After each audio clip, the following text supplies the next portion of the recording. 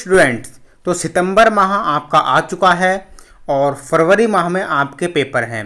तो किस तरह से आपको पढ़ाई करनी है जो 95% आपके आ जाएं, या आपने जो टारगेट सेट किया है 90% का, 80% का, 85% का, वो आपके आ जाएं। कौन कौन से तरीके हैं वो लाने के, ठीक है। क्योंकि मैंने इसमें ऐसे काफ़ी सारे पॉइंट बताए हैं जो आपको किसी ने नहीं बताए होंगे, ठीक है। इनको पहले समझिएगा और इन पर थोड़ा एनालिसिस कीजिएगा, फिर इन पर यकीन करना है आपको, और इसके अकॉर्डिंग आपको अपनी पढ़ाई में इनको इन्वॉल्व कर लेना है। तो सितंबर से पढ़कर 95% लाया जा सकता है, ये बिल्कुल मुमकिन है। या आपने टारगेट बनाया होगा 90% का, 80% का, वो भी मुमकिन है। तो वो कौन से 10 पॉइंट हैं, ठीक है, वो कौन से 10 पॉइंट हैं तो जो इसमें आपको मददगार साबित होंगे। तो चलिए पहली बात हम करते हैं। सबसे पहले आपको करना क्या है, जो हमारा टेलीग्राम चैनल है आर.के. सिंह स्टडी सेंटर, ठीक है, यूट्यूब चैनल भी हमारा आर.के. सिंह स्टडी सेंटर है और टेलीग्राम भी आर.के. सिंह स्टडी सेंटर, उनको पहले ज्वाइन कर लेना है। क्योंकि आपकी क्लासेज जो अब स्टार्ट कर रहे हैं इंपॉर्टेंट क्वेश्चंस की, बोर्ड एग्जाम से संबंधित जितनी भी जानकारी है उसके लिए। तो पहला पॉइंट होता है हमारा प्रैक्टिकल मार्क्स को लेकर। अगर आप 10th में हो या 12th में हो तो भाई प्रैक्टिकल मार्क्स जो हैं वो आपके लिए बहुत ज़्यादा इंपॉर्टेंट रहते हैं। अगर आप ये सोचते हो कि आप स्कूल या कॉलेज नहीं जाएंगे, सिर्फ घर पर रहकर ही पढ़ाई कर लेंगे, तो आप घर पर रहकर जो आपको 70 नंबर का पेपर आता है उसमें 70 में 70 ला सकते हो, कोई हैरानी नहीं। लेकिन अगर आप प्रैक्टिकल स्कूल नहीं जाते हो और आपके अध्यापकों से आपके ज़्यादा अच्छे संबंध भी नहीं है, कॉन्टैक्ट भी नहीं है, तो फिर वो आपको 30 में से, अगर आपका 30 का प्रैक्टिकल है, वो आपको 23 या 22 नंबर दे देते हैं। ये आपकी गलती हो जाती है। तो आपको कोशिश ये करनी है कि आपको 30 में से पूरे 30 नंबर मिले, 10th क्लास में मिलते हैं, ठीक है। 10th क्लास में 30 में 30 मिल जाते हैं, ये कोशिश करें। क्योंकि अगर आपके 30 में से 25 नंबर भी आ गए तो आपके 6 विषय हैं, तो 5 नंबर यहाँ कटे, 5 30 नंबर कटेंगे और 6 नंबर की 1% होती है, तो 5% आपकी वैसे ही कम हो गई। इसीलिए कोशिश करें कि भाई 30 में से 30 नंबर आपके आए, आप स्कूल में भी अच्छी तरह जाएं और पढ़ें। पॉइंट नंबर दो है एनालिसिस प्रीवियस ईयर पेपर, ठीक है। पहला पॉइंट हो गया। दूसरा पॉइंट है एनालिसिस प्रीवियस ईयर पेपर। जो आपके प्रीवियस ईयर के पेपर्स हैं उनको एनालिसिस करना है और उसमें ये देखना है आपको कि आपको यहाँ पर कितने क्वेश्चन कैसे आए हैं और कहाँ से आए हैं और कितने मार्क्स का किस चैप्टर में से आया है, ये आपको एनालिसिस करना है। देखो ये आपको अपने आप करना पड़ेगा, टीचर का काम ये नहीं है, ठीक है, ये आपका काम है। क्योंकि टीचर तो सभी को एक जैसा पढ़ाते हैं, अब उसको इम्प्लीमेंट करना आपके लिए होना है। अब उसके बाद हम बात करते हैं स्टडी फुल सिलेबस। आपको पूरे सिलेबस को स्टडी करना है। पॉइंट नंबर 3, आप ये सोचते हो कि भाई ये टॉपिक जो, चलो मान लो मैथ में है, आपने कह दिया भाई जो त्रिकोणमिति है, ट्रिगोनोमेट्री 10th क्लास की, वो बहुत हैवी है, कठिन है, या बीजगणित कठिन है, उसको हम छोड़ देते हैं। कम से कम 10 नंबर का, 5 या 6 नंबर का तो आएगा ही, तो 5 या 6 नंबर आ जाएंगे हमारे कम, तो कोई दिक्कत नहीं है। ऐसा आपको नहीं करना, फिर आपकी परसेंटेज पर असर पड़ेगा।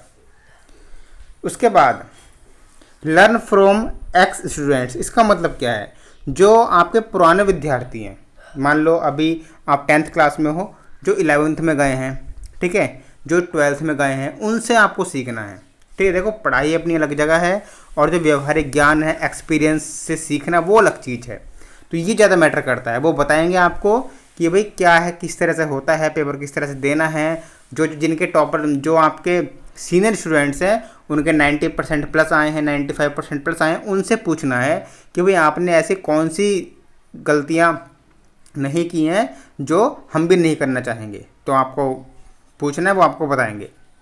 उसके बाद स्टडी विद ऑन नोट्स। अपने नोट से पढ़ना है, ये नहीं कि आपने पेपर के टाइम में किसी की कॉपी ले ली, उसके नोट्स करा लिए, ठीक है। और ऐसा भी नहीं है कि आप जो है किसी और के नोट्स वगैरह से पढ़ रहे हैं। आपको अपने नोट्स बनाइए, चाहे बुक से पढ़िए, ठीक है, बुक से पढ़िए और बुक में से नोट्स बनाइए और फिर उसको पढ़िए, उसमें ज़्यादा मज़ा आएगा, आपको प्रैक्टिस भी होगी, तो आपके अच्छे नंबर आने के चांस बढ़ जाएंगे। उसके बाद point number 6, don't study with model. Model से आपको नहीं पढ़ना। जो आपके मॉडल होते हैं ना, ये कोई मास्टरमाइंड है, कोई विद्या है, चित्रा है, बहुत सारे होते हैं, अवतार वगैरह, इनसे आपको नहीं पढ़ना है। ये उनके लिए होता है जिन्होंने साल भर मेहनत नहीं करी, बस पेपर से 15-20 दिन पहले, 1 महीने पहले लेकर आए थे, पढ़ लेते, पास हो जाते हैं, बस पास होने के लिए काफ़ी है। मॉडल पेपर, लेकिन आपका टारगेट है 90% 95%, तो आपको सिलेबस पूरा करना है। उसके बाद ही मॉडल में से, हाँ मॉडल में से ये देख सकते हो कि आप जो है कौन सा क्वेश्चन कैसे आता है, कितनी बार आ रहा है, 2012 में या 15 में, 16 में कौन कौन से क्वेश्चन रिपीट होते हैं, ये देख सकते हो। सॉल्यूशन उसमें से नहीं देखना। उसके बाद हम बात करते हैं फोकस ऑन कंसिस्टेंट क्वेश्चन।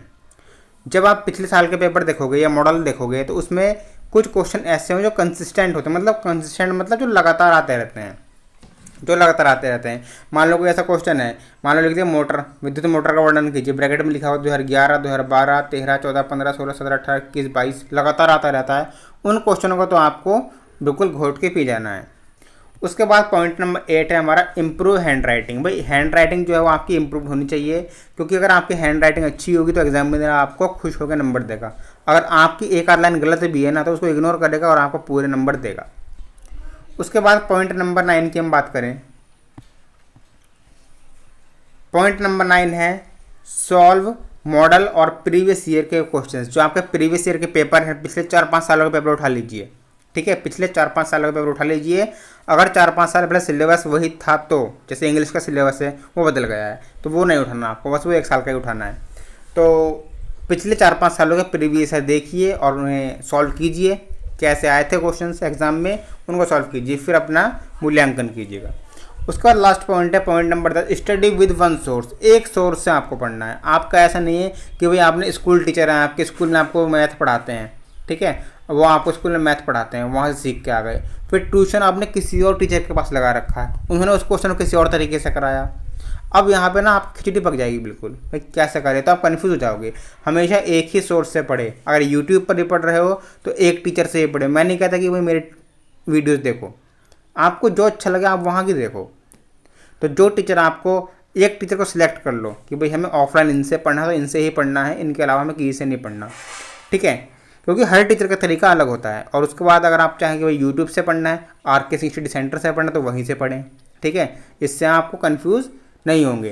तो ये हमारे 10 पॉइंट है जिससे आप तैयारी कर सकते हो 95% लाने की। बाकी हमने इंग्लिश का सिलेबस जो है स्टार्ट कर दिया है आज से। तो मिलते हैं नेक्स्ट वीडियो में हम। थैंक यू, जय हिंद।